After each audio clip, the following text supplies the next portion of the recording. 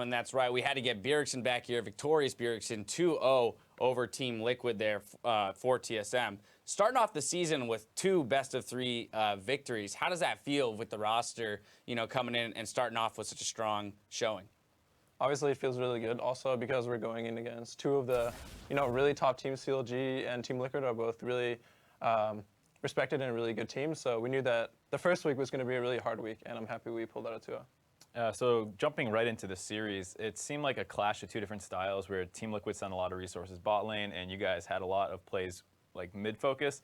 Was this something that just kind of happened throughout the series, or do you think this was like a game plan and you guys were preparing for the bot focus or anything like that? We don't really practice particularly mid-favored, but it really just comes down to the matchups and what lanes are easiest for us to gank.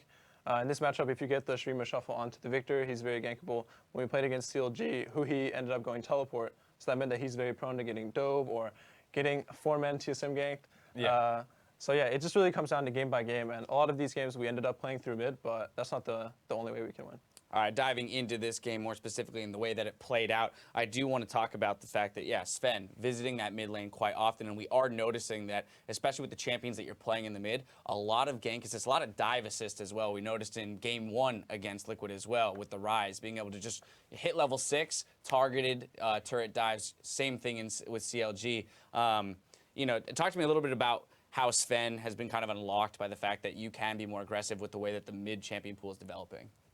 It really just comes down to us have been playing a lot more together now, so we kind of watch out for Sven. We make sure that he's farming as many camps as possible. We set up the wave so that he can be as farmed as possible while still making these plays happen for the team. So we're always looking out for him, looking out for camps that he can take in the enemy jungle, and it just ends up we're watching out for him, so he's watching out for us, and it brings a really good relationship between the jungle and the laners. All right, if we move ahead in the game, where it really broke open, 5-0 in the top lane, plus a Baron on the back end of that. We're going to have a replay, pull it up. Bjergsen, if you don't mind walking us through this as it happens. Yeah, actually, I wasn't even a part of this play, but I was watching as I was walking the entire way. It pretty much just came down to them failing the engage with Lucian, and then Biofrost was playing amazing on Bard this whole game, and he was landing ult after Q. I didn't actually even see, but Hauntzer ends up hitting the never move onto Ezreal, which pretty much seals the fight. And yeah, Team Liquid I think they felt like they were going to slowly get pressured in all lanes, so they wanted to make it a team play using the maokai and Lucian, but after you fail the engage, our comp has a lot of ways to stick onto them and continue to fight. Talk to me a little bit about Biofrost and what it was like bringing him in, because we can see that obviously Hauntzer, you, and Sven are all playing well together, but that would be kind of expected coming from last season. But Biofrost also seems to be, fitting in very well. Yeah, Vincent Biofrost, he's super easy to get along with, so from day one, he just fit into a team culture really well. He's really accepting to criticism, and he is just really fast at improving. We can give him a new responsibility, and in the next game, I can already hear him picking it up, communicating different things, and really, it just feels really good having such a kind of a fresh mind and someone who's so willing to learn and can improve so fast. I mean, in that replay alone, you called out a few good mechanic moves by Biofrost there. No surprise then that he is our player of the game for this game specifically. 2, 2, and 14 on Bard, but clutch bindings, a couple great ultimates.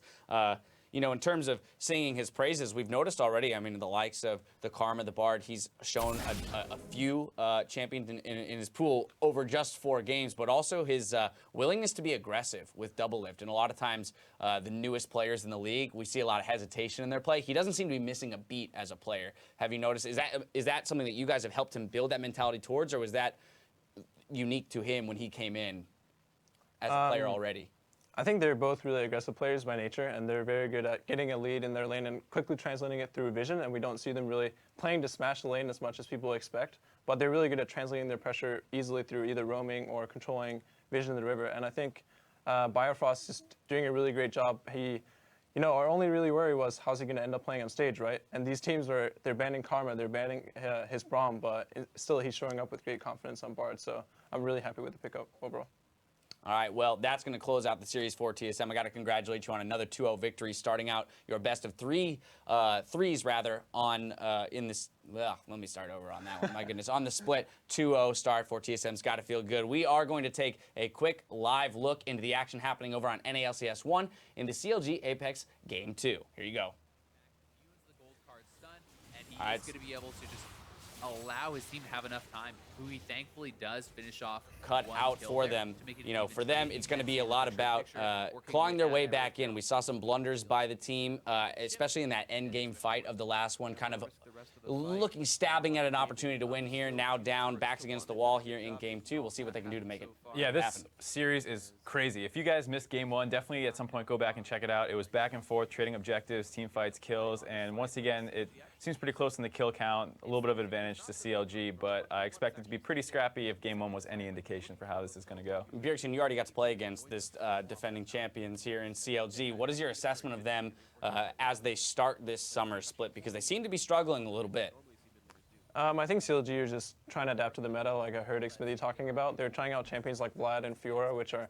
Vlad is kind of a really new pick that's come up a lot in America, but really how to play around it, how to play the champion efficiently is something that a lot of teams are struggling with. And it's obvious that CLG is still sticking to this really split push heavy style this game with TF and Trundle and previously playing Fiora. So I think CLG are figuring out the meta, but still sticking to their strengths. Yeah, of course. They do have a lead in this game, so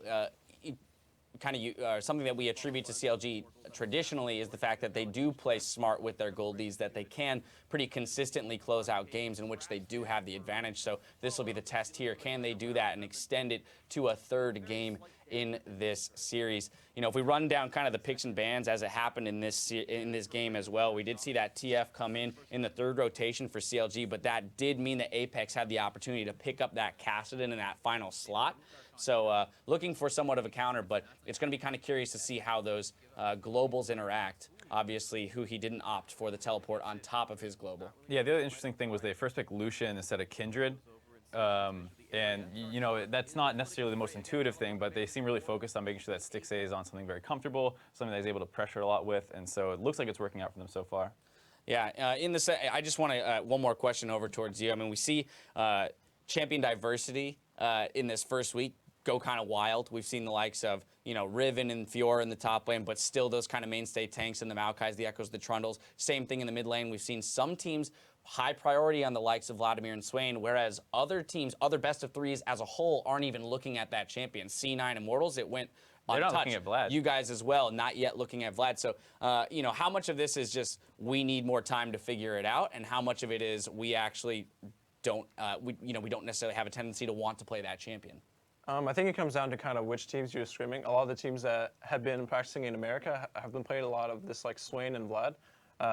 But we came into Korea and we didn't actually end up facing too much Swain and Vladimir, mostly the Swain top that we've seen a bit in the LCK. But for NA, I think champions like Swain and Vlad mid are coming really into favor. So when I came back and I had to practice against that, it was a really different experience. But I don't necessarily think one is either worse or better, but... I was going to ask, which meta is better? Come on, you have to pick I an actually A. think a lot of teams are kind of slow on picking up the Vladimir, and I tried it a bit, and it actually feels like an extremely strong champion. So I think next week we're going to see more Vlad for sure. You think it'll spread more around the world too, and start seeing in other regions more? Because we see it in Europe a little bit, but for sure, it picked up in the LPL at first. Gia played it for WE, and he just completely crushed. And then it was played a lot in EU, and I think NA is going to. I see some teams, I believe Envy first picked it, so some teams are already catching on to it, but I think it's going to continue to go. Still a lot to be figured out, and many more weeks of LCS play to do that. Figuring out Bjergsen one more time. I got to thank you for joining us on the desk and congratulate you on the victory today. It's time now for a brief break, but we won't be long, so stay tuned for more LCS action coming up right after this.